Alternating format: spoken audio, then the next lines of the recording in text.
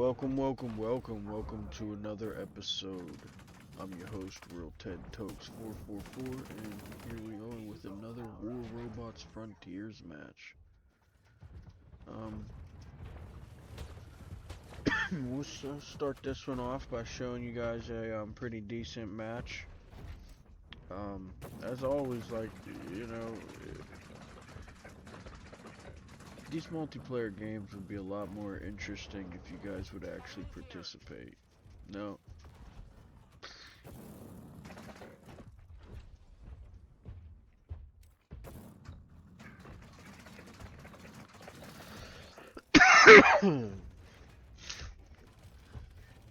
Hey, we had some good back and forth. I haven't really lost much of my actual machine's health. I've been able to kind of preserve the shield as most people would want to. I'm still applying enough pressure to keep the enemies entertained and kind of under control even. As always, you'd kind of want more participation out of the team, but at the same time, you can't really expect much out of them whenever a lot of players are looking for people to play the game for them. They're not really looking to play the game.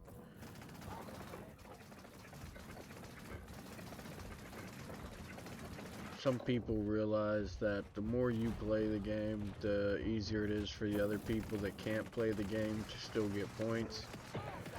So why push it for your points just to help them take points from you, or barely help you gain points?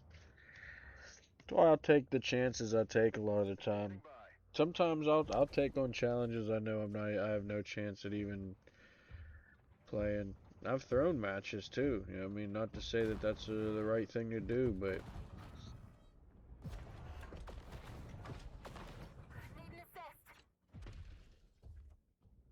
because in my opinion, I'm not really throwing the match. You're throwing it. You guys are. I mean, the team's throwing it. You can tell when a team wants to win and when a team just wants the most points on the team, whether we win or not. And that's the kind of behavior that's pissing me off.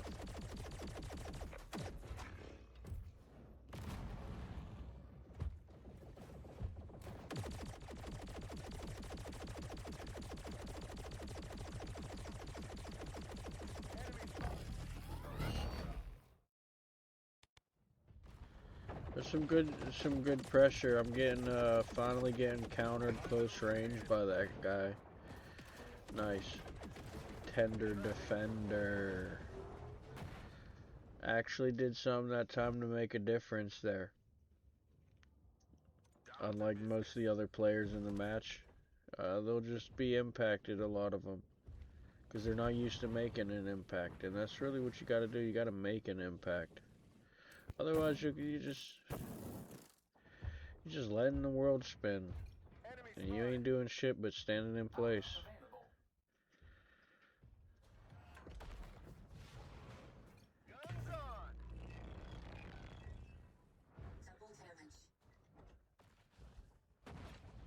Oh, good shield right there. That'll definitely even out the playing field a little bit. Probably should have waited a little bit longer so I didn't jump into that and lose my shield. Still positioning pretty well.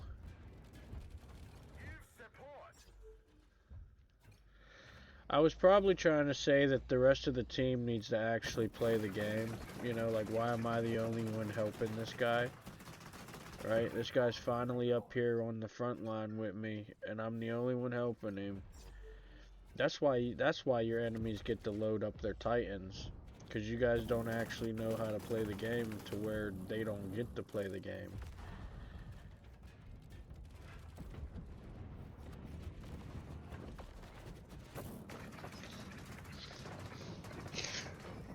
Like, personally, I don't know. I feel like when you're making the enemies run like this, there is no denying, You may or may not be better than them, but you are beating them. Right? I don't know how them other players who sit back there in Overwatch and get points like that feel like they're the ones beating anything. They're not even beating themselves because you've already conformed to the coward decision of hiding from the actual challenge.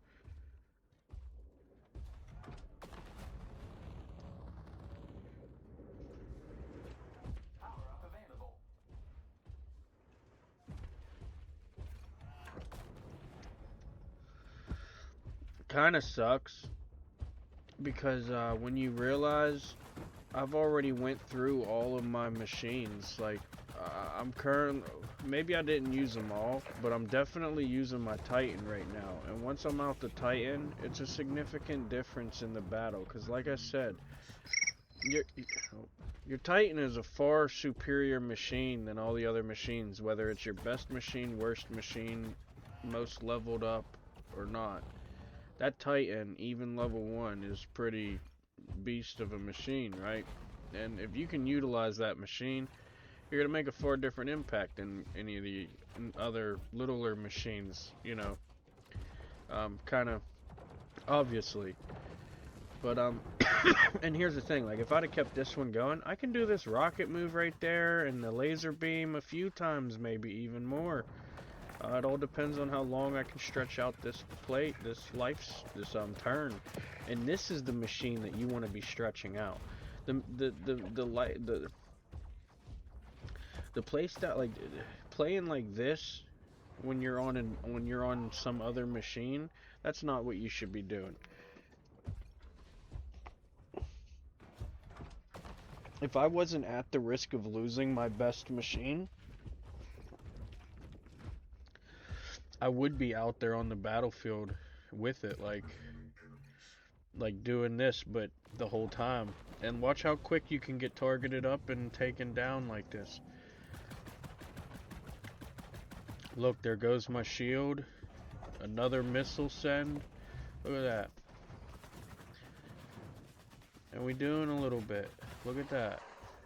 And we doing a little bit.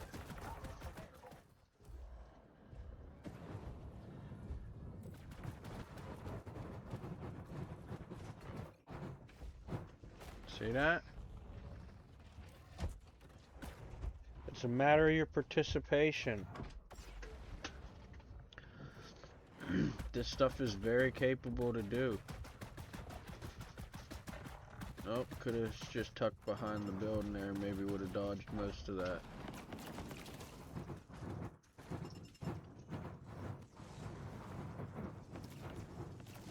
But that definitely did take a lot of the attention. Oh, this is gonna suck. We're getting pushed, and our team's backing off, leaving that teammate out there by himself.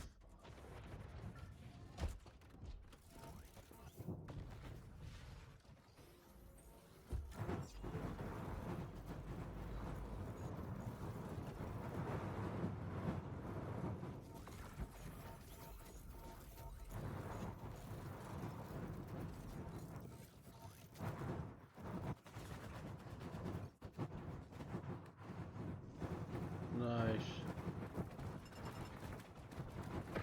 Nice. Alright, and that's your moment. Right there is where I see a moment to capitalize. And look at that player in front of me, applying pressure, striking while the iron is hot. And you just, you know, teammates just taking forever to do anything besides that, you know. And if I wasn't in my Titan trying to preserve the ability to play as the Titan machine, I probably would have been up there on that front line with them doing that.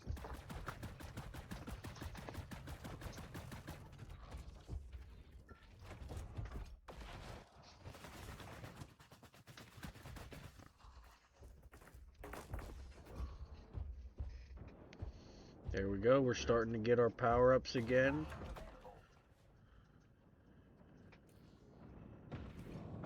Oh, we're getting pushed heavy. I started whiffing a lot of shots right there, I just saw. Somebody tried to heal me. I don't know who it was. But shout out to that player for making a team decision.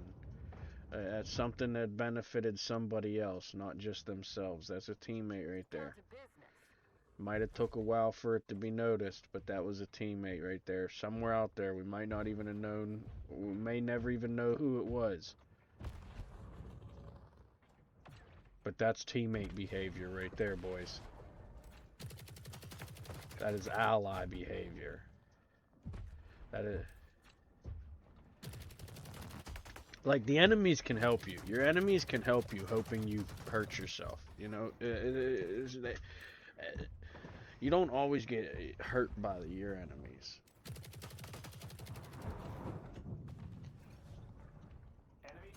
But your enemy is not going to heal you. Okay? I don't know too many enemies that are going to heal their enemy.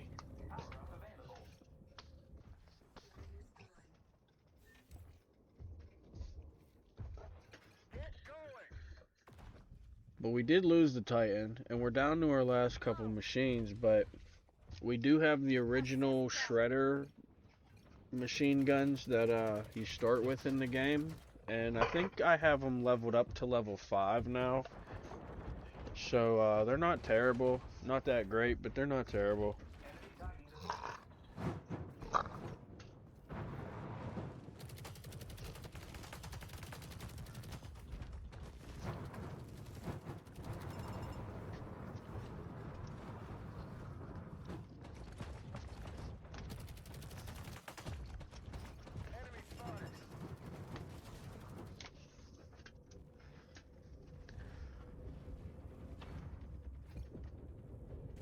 Looks like I'm not doing too bad with them little things either, man.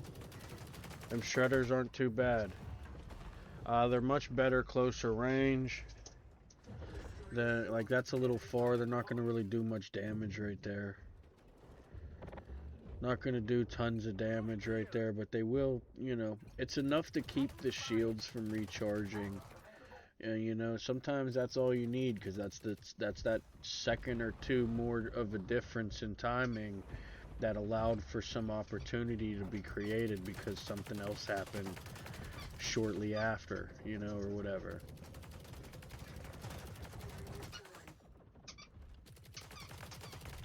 Now, I know I'm going to get pushed by these guys on the right, but I'm trying to keep the attention of these ones in the middle on my left so that the team can put...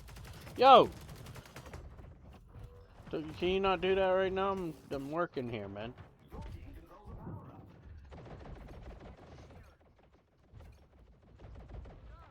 They're definitely, yeah, they're pushing the crap out of me. Just to see, they should, that would have been their moment to push me, though, while I was shooting at them other machines.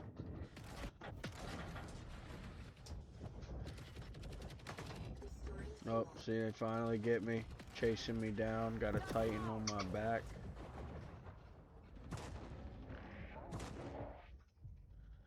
It's up to me.